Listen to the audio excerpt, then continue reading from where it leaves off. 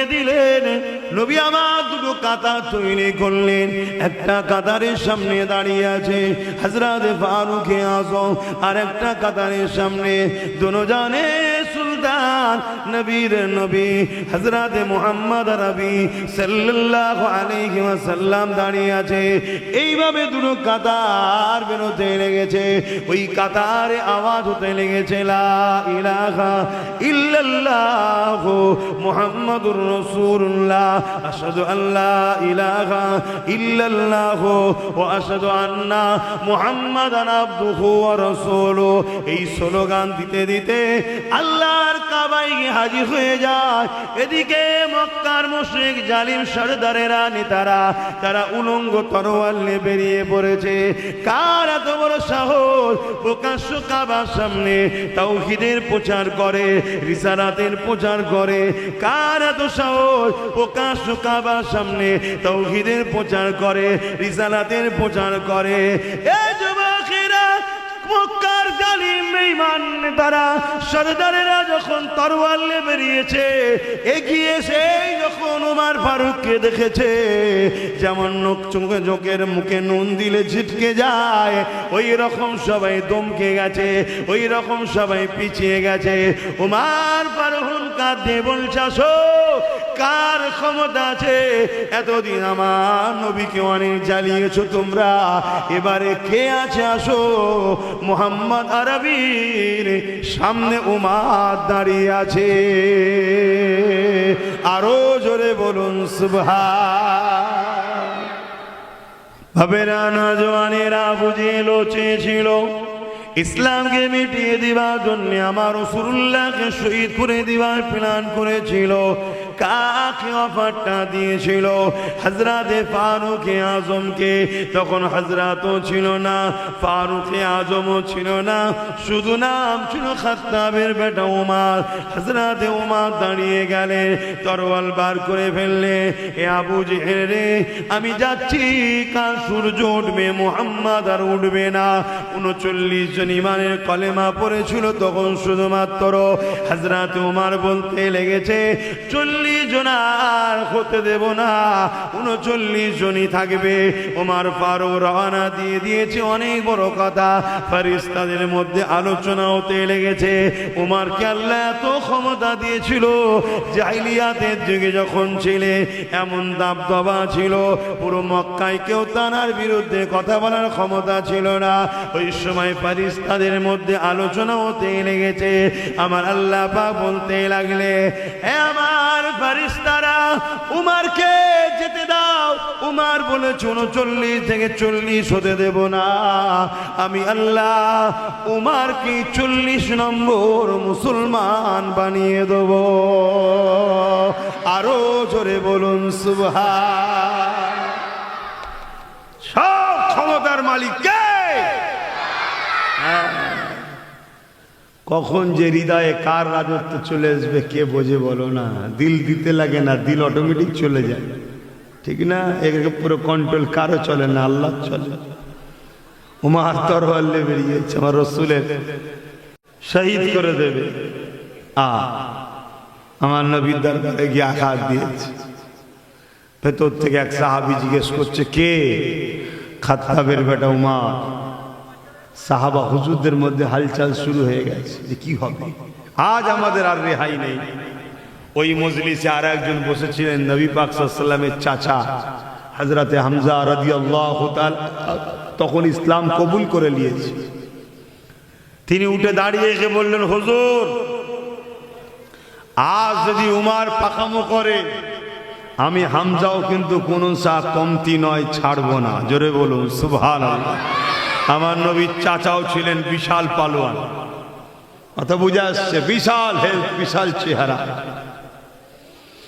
আল্লাহ নবী বললেন, উমরকে আসতে দাও। দরজা খুলে দেওয়া হলো। হযরত ওমর ফারুক আসছেন। কেন, আমাদের তো নাম নিলে সম্মানে নিতে হবে না? আসছে হযরতে হামজা রাদিয়াল্লাহু তাআলা আনহু। উমর ফারুক আর রাসূলের বীজখানে দাঁড়িয়ে গিয়ে উমরের বুকে হাত দিয়ে রুকে দিয়েছে, হে উমর, কি খবর এখানে? তুমি এখানে কি করতে এসছো? শোনো, যদি পাকামো করেছো আমি কিন্তু ছাড়বো না তোমায়। হাতে উলঙ্গ তরোয়াল, আল্লাহ নবী বললেন, চাচা উমারের রাস্তা আটকাবেন না, ছেড়ে দেন। কেন? হুজুর তো জানে কানেকশন তো আল্লাহর সঙ্গে হচ্ছে, ওর রাস্তা আটকাবেন না, ওকে ছেড়ে দেন। আমার রাসূলুল্লাহর একেবারে কাছে এলেন। আল্লাহ নবী উমারের পিরহান জামা যেটাই ছিল পড়ে তার একটা খোঁড় ধরে টান দিলেন হালকা। উমার ফারুক বসে গেলেন। আল্লাহ নবী শুধু একটাই কথা বলেছে, উমার এখনো কি সময় হয়নি তোমার রবের দিকে আসা? ব্যাস, চোখ দিয়ে ঝরঝর করে পানি বেরিয়েছে। সাহাবা হুজুর অবাক হয়ে দেখছে, হুজুর এই তরোয়াল নিয়ে এসেছিলাম দুনিয়া পাওয়ার জন্য, আপনাকে শহীদ করতে।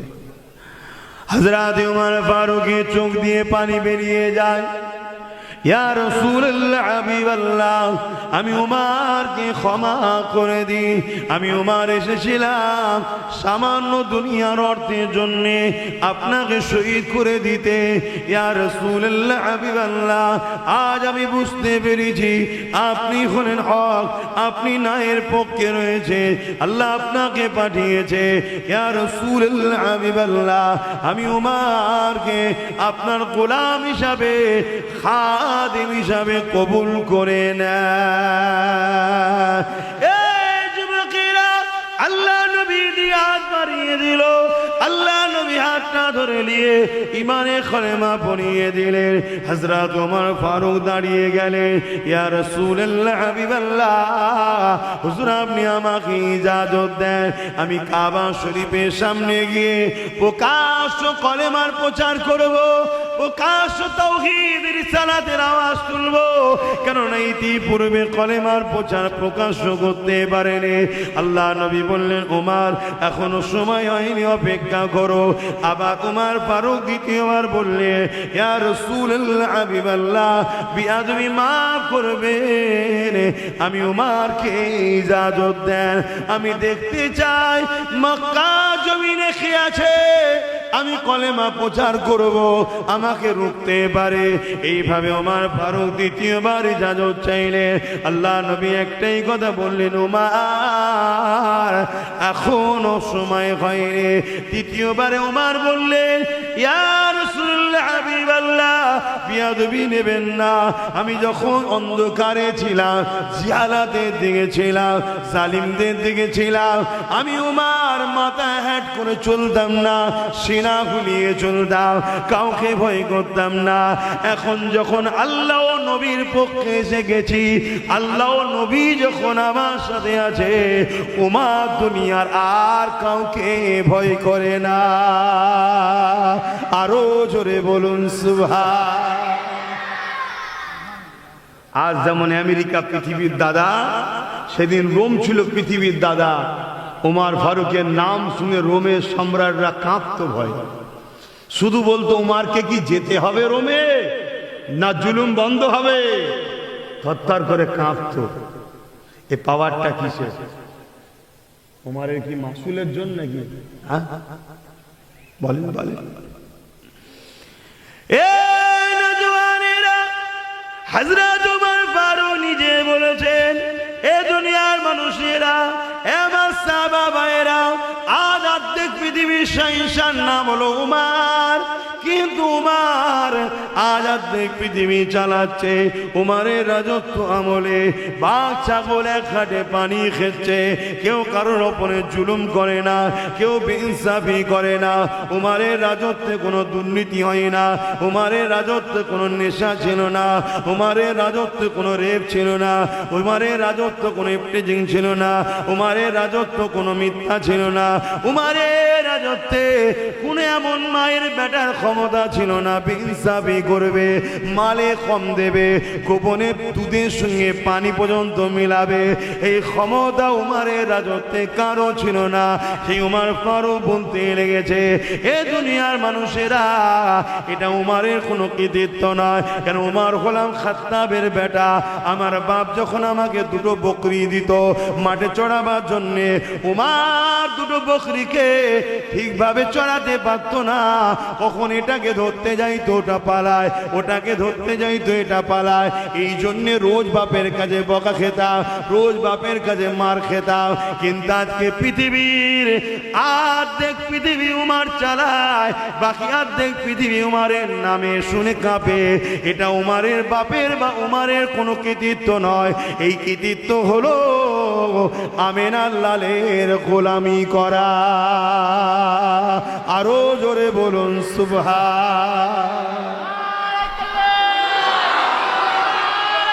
আল্লাহ। তোমরাও যদি শানওয়ালা হতে চাও, ইজ্জতওয়ালা হতে চাও, মাকামওয়ালা হতে চাও, রসুলের গোলাম হও, রসুলের গোলাম হও, রসুলের গোলাম হও। একটাই নেতা আমাদের, হুজুর পাক সাল্লাল্লাহু আলাইহি ওয়াসাল্লাম। বাকি আলেম উলামা, পীর, পীরজাদা, মুফতি, মাওলানা, যারা হুজুরের সঙ্গে তোমায় জুড়বে তুমি তাকে সম্মান করো, কেন সে ওরাসাতুল আম্বিয়া, নবীর ওয়ারিস। কথা বুঝে আসছে? আর যে হুজুরের সঙ্গে জুড়বে না, সে যেই হোক, তার সাথে দল করো না, তার সাথে থেকো না। যদি বাঁচতে চাও কথা লাও, আর না হয় তোমার ঘরে তুমি যাবে, আমার ঘরে আমি যাব। এনেছো বুঝাচ্ছি না। আজ আমাদের ইজ্জত এত নিচুই কেন? আমরা হুজুর ভুলা হয়ে গেছি, আমরা হুজুরের সঙ্গে কানেকশন অনেক দূর করে দিয়েছি, এজন্য তার সমস্যা। আর অথচ হুজুরের বাড়ি এক কাজের মানুষ ছিল, সফরে যেতে গিয়ে একদিন রাস্তা হারিয়ে ফেলেছে, জঙ্গলে ঢুকে গেছে, রাস্তা হারাতে হারাতে এত গভীর দিকে চলে গেছে, হিংস্র এক বাঘ আগিয়ে আসছে খাবে বলে। হুজুরের ঘরের খাদেম, যার মধ্যে ঈমান থাকে, সে তো আল্লাহ ছাড়া অন্য কাউকে ভয়ও, জোরে বলুন, করে না। সে বলছে, দেখ তুই যদি আমায় খেয়ে নিস তাহলে হুজুরের ঘরের কাজ করবে কি? আমি তো হুজুরের ঘরের নকার, চাকর, কাজ করে দিই। তারিখে হাদিস গাওয়া দিচ্ছে, একটা মানুষ যেমন মানুষের হাত ধরে রাস্তা দেখায়, ওই বাঘ, অবালা পশু, হিংস্র বাঘ লেজ দিয়ে ওই সাহাবীর হাতে জড়িয়ে টেনে টেনে, যেমন হাত ধরে টেনে লিজে রাস্তা দেখায়, রাস্তা দেখিয়ে দিয়েছে। জোরে বলুন সুবহান। আমাদের দিলে হুজুরের প্রেম আদব কমে গেছে, ঈমান দুর্বল হয়েছে, তাই আমরা একে তাকে ভয় করছি। কথা মাথায় ঢুকছে? ভয় একমাত্র করবেন আল্লাহকে, আর আল্লাহকে ভয় করলে পুরস্কার আছে। ওয়ালিমান খাফা মাকাম রাব্বিহি জান্নাতান। আল্লাহ তাদেরকে দুটো দুটো জান্নাত দেবে যারা শুধু আল্লাহকে ভয় করে। জোরে বলুন সুবহানাল্লাহ।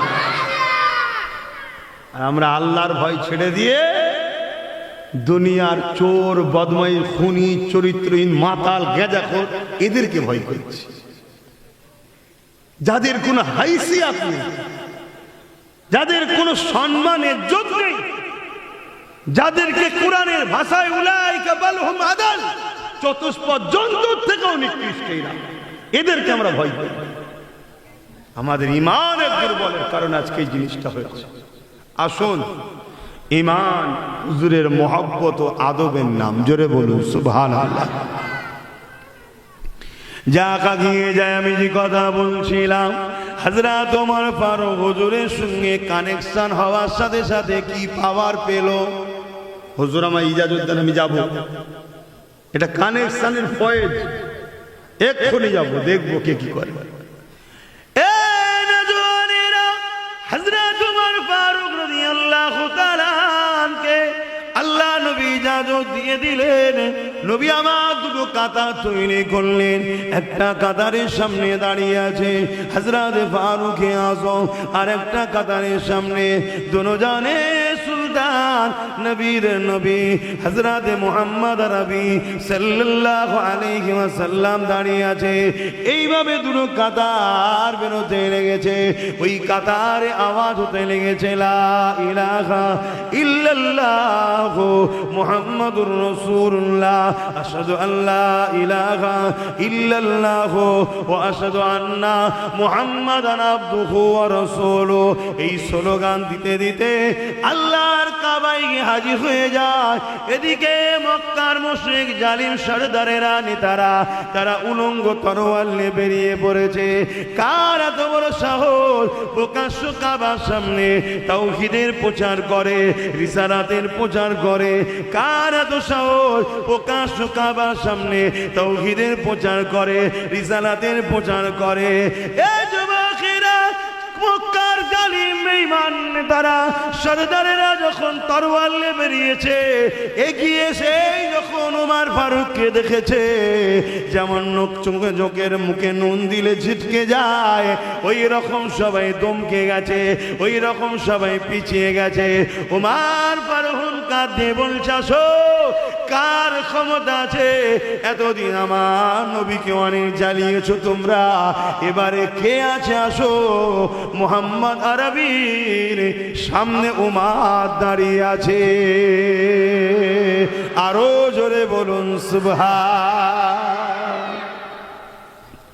সব তরোয়াল রেখে দিয়ে নিচুই নামে যে যার ভয় ঢুকে গেছে, একটা কারো ক্ষমতা হয়নি সামনে আগিয়েছে। শুনছেন তো ভাই, কিসের পাওয়ার এটা? হুজুর উমর ফারুক নিজে বলেছে, এটা আমার নবীর গোলামির পাওয়ার। জোরে বলুন সুবহান। আসো, আমরা হুজুরকে ভালোবাসি। এই যুবকেরা, ঈমান এমন একটা পাওয়ার, ঈমান এমন একটা নিয়ামত, ঈমান এমন একটা ক্ষমতা, পৃথিবীর যুগে যুগে সুপার পাওয়ারেরা পারমাণবিক বোমা তৈরি করতে পেরেছে, কিন্তু ঈমানদারদের ঘরে খাবরাতে পারেনি। পৃথিবীর জমিনে সুপার পাওয়ারেরা লক্ষ লক্ষ কোটি কোটি মুসলমানদেরকে কতল করেছে, কিন্তু ঈমানদারদের ঘরে খাবরাতে পারেনি। এই ঈমানটা কি জিনিস, এই বিষয়ের একটা কথা বলি শোনে। চিঙ্গিস খানের নাম সবাই শুনেছে, একটা আতঙ্কের নাম চিঙ্গিস খান। চিঙ্গিস খান যে শহরটা দখল করত, চিঙ্গিস খান যে এলাকাকে দখল করত, ওই এলাকার গাছপালা, তরুলতা, পশু পাখি, জীবজন্তু, মানুষের বাচ্চা কাউকে বাদ দিত না, সবাইকে কতল করে দিত, সবাইকে পুড়িয়ে ছারখার করে দিত। এত আতঙ্ক ছিল চিঙ্গিস খান। ওই চিঙ্গিস খান একদিন বাগদাদের জমিনে হামলা করলো। এক বিশাল মাদ্রাসা, বাগদাদের জমিনে মাদ্রাসাকে হামলা করে ওই মাদ্রাসা যত ছাত্র ছিল সবাইকে চিঙ্গিস খান কতল করে দিল। রক্তাক্ত হয়ে গেল নবীর ঘরটা, মাদ্রাসা খুন বইতে লেগেছে, মাদ্রাসার লাইব্রেরিতে আগুন ধরিয়ে দিল, কিতাবগুলো পুড়ে যেতে লেগেছে। এ যুবকেরা, আমাদের উপরে জুলুম আজকে নতুন নয় গো, আজকে নতুন নয়, খাবরাবার কিছু নাই। এই ভারতবর্ষের জমিনে ব্রিটিশ কম জুলুম করেন উলামাদের উপরে, এই ভারতবর্ষের জমিনে ব্রিটিশ কম অত্যাচার করেন আলেম হাক্কানীদের উপরে। তবে মনে রাখবেন, উলামা দুই ধরনের হয়। এক ধরনের উলামাকে ব্রিটিশরা মাইনে দিয়ে রেখেছিল, আবার এক ধরনের উলামা দিওকে ব্রিটিশরা আন্দামানের সেলুলারে কালা পানির আযাব শাস্তি খেটিয়ে খেটিয়ে তাদেরকে হত্যা পর্যন্ত করে দিয়েছিল। আজকে দিনও দুই ধরনের উলামা আছে। একদল উলামা রয়েছে আজকে জালিম শাসকদের অর্থে বিক্রি হয়ে যাওয়া, যারা হক কথা বলে না, নাই কথা বলে না, ইনসাফ কথা বলে না, জালিমের জুলুমের বিরুদ্ধে বলে না। এই যুবকেরা, এমন করে চিঙ্গিস খান দেখা যায় লাইব্রেরিতে আগুন ধরিয়ে দিল, তুলাবা ছাত্রগুলোকে কতল করে দিল। 300 উস্তাদ ছিল, এত বড় মাদ্রাসা, 300 উস্তাদ হযরত ছিলেন, তিনাদেরকে 3টে কাতার দিয়ে দাঁড় করিয়ে দিল। ওই 3টে কাতারে দাঁড় করিয়ে জাল্লাদকে হুকুম করে দিল 100 করে 3টে কাতারে। প্রথম কাতারের উলামাদের ধর থেকে কল্লা কোনকে আলাদা করার হুকুম দিয়ে দিল। দৃশ্যখানা একটু চোখ বন্ধ করে খেয়াল করে কিভাবে উলামাদেরকে জালিমরা কতল করেছে। আর আল্লাহর দ্বীনের পাগল, নবীর পাগল উলামারা জান দিয়া পছন্দ করেছে, জালিমদের কাছে মাথা নত করেনে।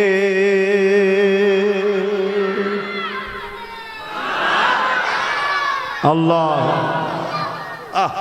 ওই মরণ কত সৌভাগ্যবান যে মরণটা আল্লাহ রসুলের জন্য হবে। কত সৌভাগ্য, মরতে তো হবে সেই রে বাবা, মরতে তো সেই হবে।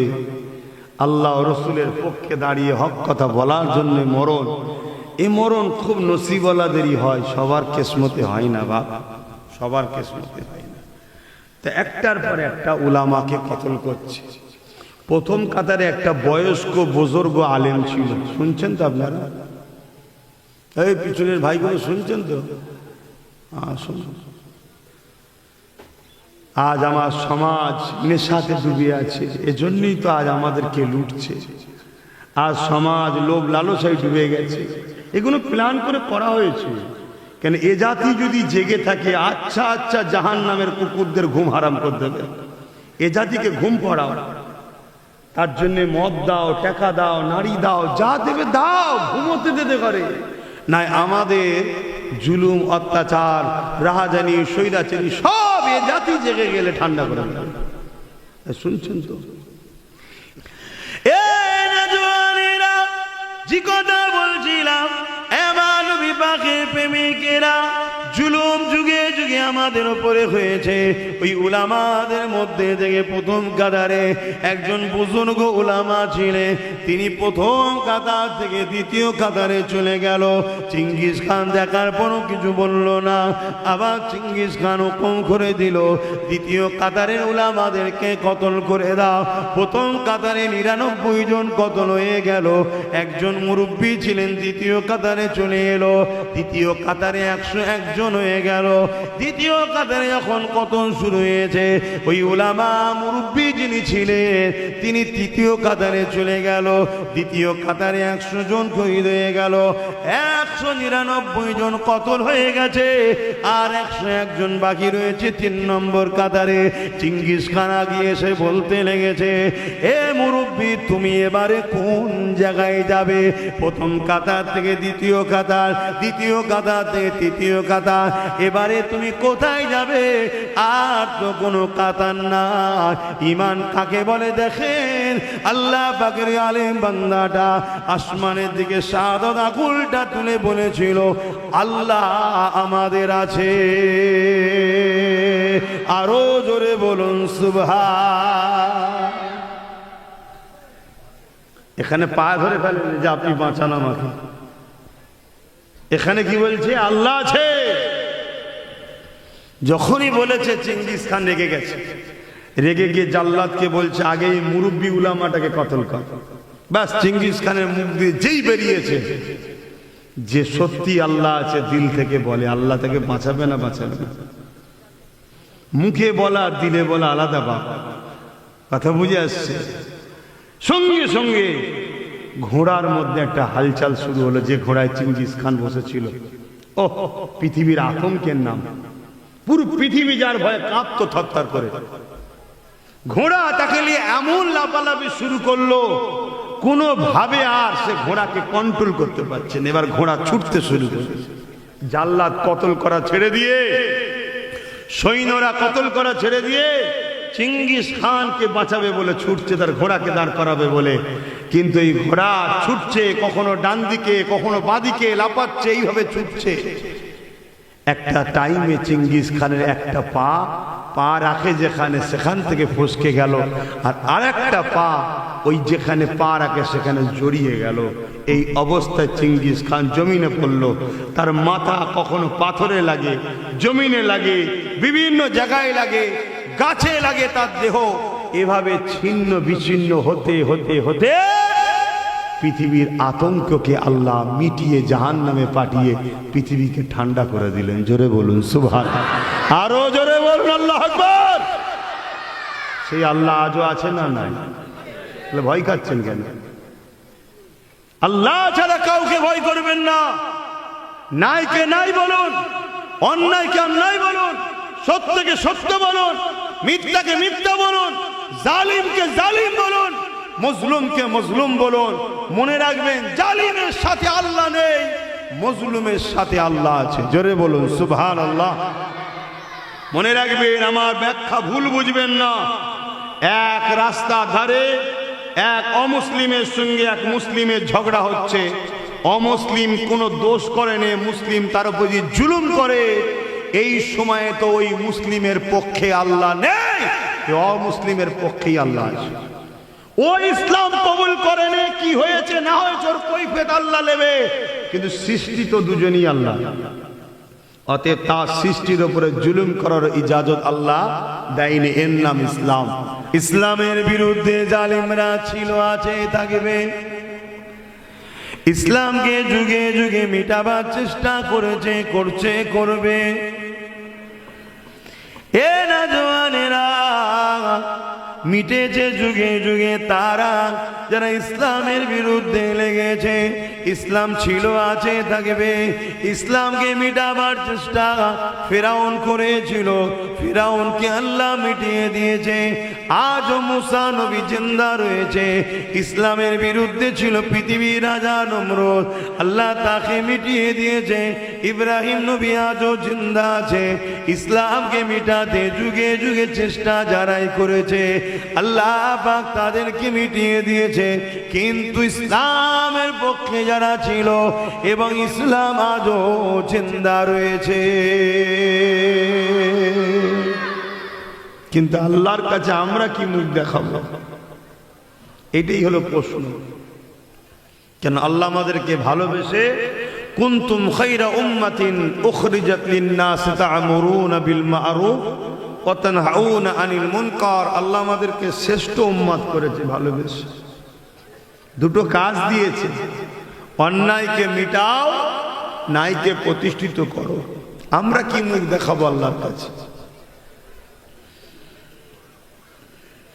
এমন নওজওয়ানেরা ইতিহাস গাওয়া দেয়, তারিখে হাদিসের মধ্যে রয়েছে আল্লাহ নবী যখন মক্কা জমিনে এসে ন্যায়ের কথা বললেন, গরিবদের পক্ষে কথা বললেন, মানবতার পক্ষে কথা বললেন, হাত্তাকে নারীদেরকে জেন্তু পুঁতে দেওয়া হতো, আল্লাহ নবী এসে নারীদের পক্ষে আওয়াজ তুললেন, এ দুনিয়ার মানুষেরা, এ নারীর বাবারা, জিন্দা করে নারীগুলোকে পুঁতে দিচ্ছ। ওই সময় তারা বলতে লেগেছিল নারী হলো অশুভ, এদের বাঁচার কোনো অধিকার নাই।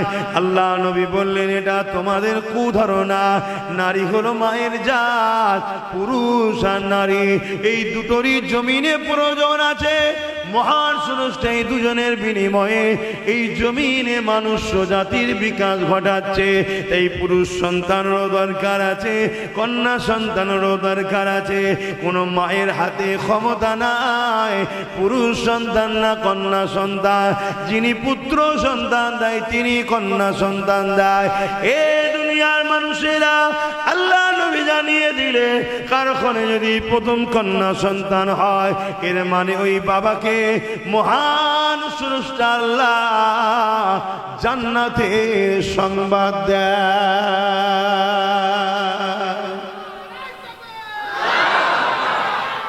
আল্লাহ দেখুন, 1450 বছর আগে আমার নবী শিখিয়েছে নারীর মর্যাদা। এখানে নারীর নাম হচ্ছে, পুরুষরা তাকবীর দিচ্ছে। হায় হায়, তোমার একটা ফুসকুরি সারাবার ক্ষমতা নেই, তুমি ইসলামকে মিটাবার খব দেখছো। আর সেই ইসলামকে দাগ লাগাচ্ছে কি? ইসলামে নাকি রেপ করা পাপ না। আমি কি বুঝাচ্ছি শুনছেন তো নাকি? তাহলে কত বড় একটা অপদার্থ কথা। এবারে একটু এই জায়গায় বলে দিই ইসলাম নারীদেরকে কি সম্মান দিয়েছে। আসো দেখা যাক দুনিয়া জমিন ইসলামের মোকাবেলায় কেউ দাঁড়াতে পারে কি দেখা যাক। হ্যাঁ, চ্যালেঞ্জ দিচ্ছি, আসো ইসলাম নারীকে যে সম্মান মর্যাদা দিয়েছে এর মোকাবেলায় কারো যদি কিছু থাকে নিয়ে আসো, দেখি। আমরাও জানতে চাই, আমরাও দেখতে চাই। না জেনে ইসলামের বিরুদ্ধে মিথ্যাচার যারা করছে এদেরকে হয় পাগলা গারদে রাখা হোক, না হয় জেলের মধ্যে রাখা হোক। কেন এই খেপা কুকুরগুলোর জন্য সমাজের শান্তি বিঘ্ন হচ্ছে।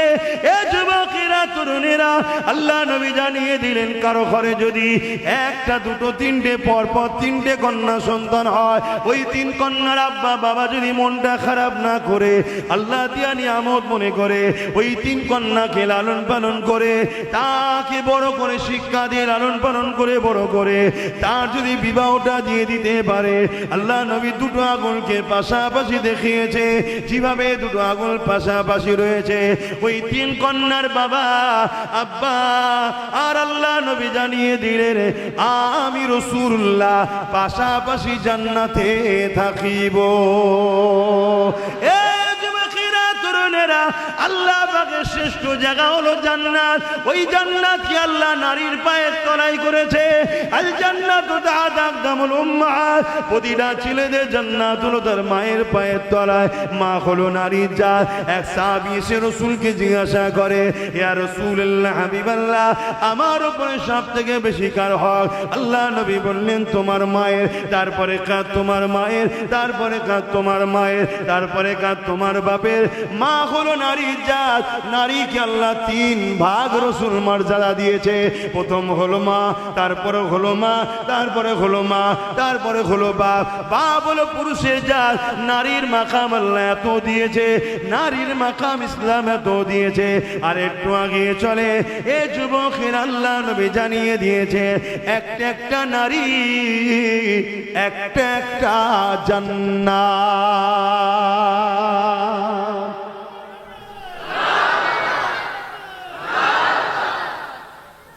আমার ধর্মের উপরে কত মিথ্যাচার হচ্ছে দেখছেন তো? হ্যাঁ, আমাদের হুঁশ নাই। আমাদের এসব নিয়ে মাথায় চাল ভাঙে না। আমাদের শুধু মাথায় চাল ভাঙে কি, আমার নেতা, আমার লিডার, আমার নেত্রী, আমার লিডার, তাকে কি করে জিতাবো, আসে কিছু ভাড়া দেবে আমি খাবো, এই নিয়ে আমরা পেরেছিলাম। আমাদের এসব কোনো খেয়ালই নেই যে আমাদের পিছনে কি ষড়যন্ত্র চলছে। শুনছেন তো নাকি? আল্লাহ ছাড় দিয়েছে আমাদেরকে, ছেড়ে দেয়নি, ধরবে। আল্লাহ কোরআনের সূরা বাকারার মধ্যে আল্লাহ বলছে, তোমরা আল্লাহ ও রসুলকে ভুলে যাদেরকে আপন করবে তাদের হাতে আমি আল্লাহ তোমাদেরকে মিটাবো। হযরতে সালাউদ্দিন আইবি মসজিদে আকসাকে উদ্ধার করেছিলেন। 9 বছর তখন বয়স।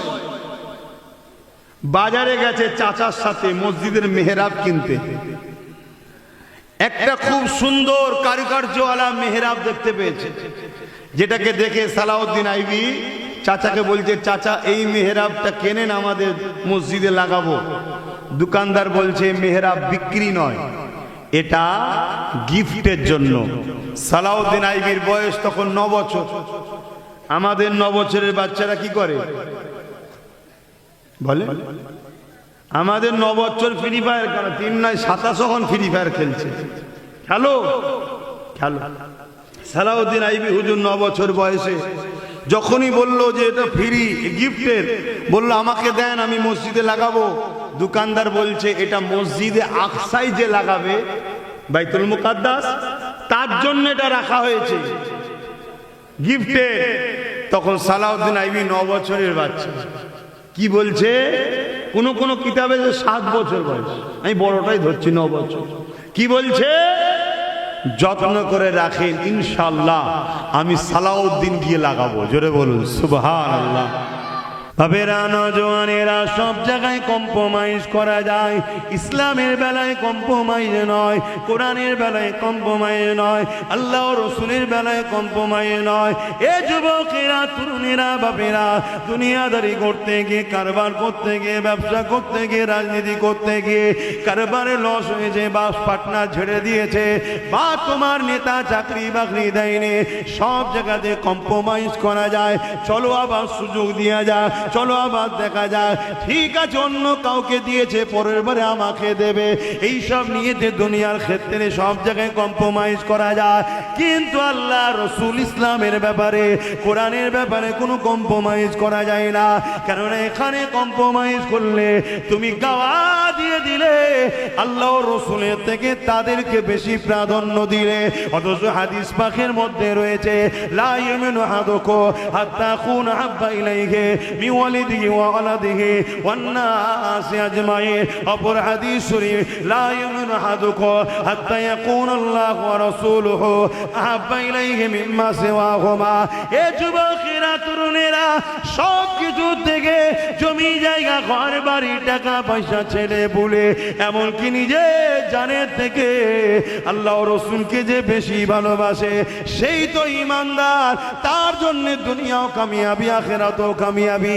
দাঁড়িয়ে রেখেছে ভালো জিনিস, টুপি রেখেছে ভালো জিনিস, নামাজ পড়েছে ভালো জিনিস, হজ করেছে ভালো জিনিস, দান করেছে ভালো জিনিস, রোজা রেখেছে ভালো জিনিস, আলেম হয়েছে ভালো জিনিস, মুফতি মৌলানা হয়েছে ভালো জিনিস। কিন্তু মনে রাখবেন, যদি সব কিছুর ওপরে আল্লাহ রসুলকে প্রাধান্য না দেয়, ও আলেমের কোনো দাম নাই, ও মুফতির কোনো দাম নাই, ও নামাজির কোনো দাম নাই, ও দাড়িওয়ালা টুপিওয়ালার কোনো দাম নাই। কারণ ইতিহাসের পাতা গাওয়া দিয়ে দেয়, ইমামে হুসাইন যখন এজিদের বিরুদ্ধে কথা বলেছিল, ওই কারবালার জমিনেতে 25,000 সৈন্য পাঠিয়েছিল এজিদ ইমামে হুসাইনকে রুখবে বলে। ওই 25,000-এর মধ্যে 13,000 ছিল আলেম উলামা হাফেজ। শুনছেন? এজিদের দিক থেকে এসছে কত? 13,000 আলেম উলামা মুফতি হাফেজ, 13,000 25,000-এর মধ্যে। কি জন্যে? কিছু পয়সা, কিছু পদ, কিছু লোক এজিদের পক্ষে যে হোসাইন হুজুরের বিরুদ্ধে তরোয়াল তুলেছে। কারবালায় নামাজ হচ্ছে, হুজুর ইমাম, হোসাইন হুজুর ইমামতি করছে, নামাজ পড়ছে, আবার তরোয়ালে বেরিয়ে পড়েছে। কেন? টাকা, পদ। কিছু বুঝতে পারছেন? হ্যাঁ, হযরত সালাউদ্দিন আইয়ুবী এইভাবে বড় হয়ে গেলেন। হুজুর আমার 12,000 সৈন্য রওনা দিয়ে দিলেন মসজিদে আকসাকে উদ্ধার করবে বলে। এইভাবে মসজিদে আকসার নিকটবর্তী জায়গায় গিয়ে একটা জায়গাতে তাবু ঘেরে ফেললে। ওই তাবু ঘেরার পরে ওই জায়গাতে একটা গুপ্তচর পাঠিয়ে দিলে, যান মসজিদে আকসার চতুর্দিকে খবরটা নিয়ে আসে। ওই গুপ্তচর চলে গেল, গিয়ে খবরটা দিতে লেগেছে, আমাদের সিপাহসালার হযরত সালাউদ্দিন আইয়ুবী 4 লক্ষ সেলিবিয়ারা উলঙ্গ তরোয়াল নিয়ে দাঁড়িয়ে রয়েছে, মসজিদে আকসাকে পাহারা দিচ্ছে, পুরো ঘিরে রেখেছে 4 লক্ষ সেলিবিয়া সৈন্য। আর সালাউদ্দিন আইয়ুবীর দিকে মাত্র 12,000। এ যুবকেরা, তুমি আমি হলে ওখান থেকে রাত্রিরেই হয়তো পালিয়ে যেতাম। সালাউদ্দিন আইয়ুবী তাহাজ্জুদ পড়লেন, ফজরের নামাজ পড়ে হুজুর আমার বক্তব্য দিতে লাগলে। 12,000 সৈন্য দাঁড়িয়ে রয়েছে, সিপাহসালার দাঁড়িয়ে গিয়ে বলতে লেগেছে, এ আমার সাথীরা, খবর নিলাম মসজিদে আকসাকে 4 লক্ষ সেলিবিয়া সৈন্য ঘিরে রেখেছে, আর আমাদের সংখ্যা মাত্র 12,000। এই বিশাল খুনি লড়াই হবে, আমি তোমাদেরকে আজাদ করে দিলাম, যার ইচ্ছা যাবে ঘরে চলে যাও, যার ইচ্ছা যাবে আমার সঙ্গে থাকতে পারো। ওই সময় 12,000 সালাউদ্দিনের সৈন্য বলেছিল, এ আমাদের সিপাহসালার 4 লক্ষ কেন 40 লক্ষ যদি থাকে, পিছুবার কোনো জায়গা নাই, আল্লাহর ঘরকে উদ্ধার করেই ফিরবো। আরো জোরে বলুন সুবহান আল্লাহ। জিন্দাবাদ। কি বুঝছেন? এটা কিসের জোরে হচ্ছে?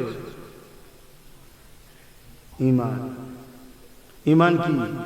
নবীর প্রেম ও আদর, যেটা আমাদের মধ্যে খুবই দুর্বল, খুবই দুর্বল। আর নবীর প্রেম আদব কি?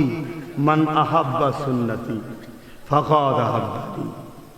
যারা আমার সুন্নতকে ভালোবাসলো তারা আমাকে ভালোবাসলো, যারা আমাকে ভালোবাসলো কানা মাই ফিল জান্নাহ, সে আমার সঙ্গে জান্নাতে যাবে।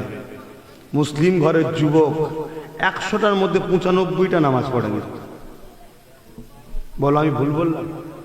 তাহলে এটা কত বড় অন্যায় করছে। মুসলিম ঘরের নারী, মেয়ে, মায়ের জাত, 100-র মধ্যে 95টা যুবতী মেয়ে নামাজ পড়ে না। অথচ 24 ঘন্টা মোবাইল নিয়ে, আল্লাহ সুস্থ চেহারা দিয়েছে, মুখ বেঁকিয়ে বেঁকিয়ে এমন সেলফি তুলে ছাড়ছে, কালকে ওর ছেলে যদি আলেম ওলামা হয়, ওই ফটো যদি বাই চান্স ভাইরাস হয়ে যায়, ওই মৌলভী সাহেবকে হয়তো মরে যেতে হবে। কি আমি কথা ভুল বলছি? কি তা গেলাম আমরা। এগুলো আমাদেরকে প্ল্যান মাফিক খারাপ করা হচ্ছে। আমাদের ছেলেরা, আমাদের মেয়েরা খারাপ নয়, এসব ভালো খুনের ছেলে মেয়ে, কিন্তু প্ল্যান মাফিক খারাপ করা হচ্ছে। আর এর জন্য কিয়ামতের দিন সব থেকে বড় বিপদে পড়বে বাপ মা।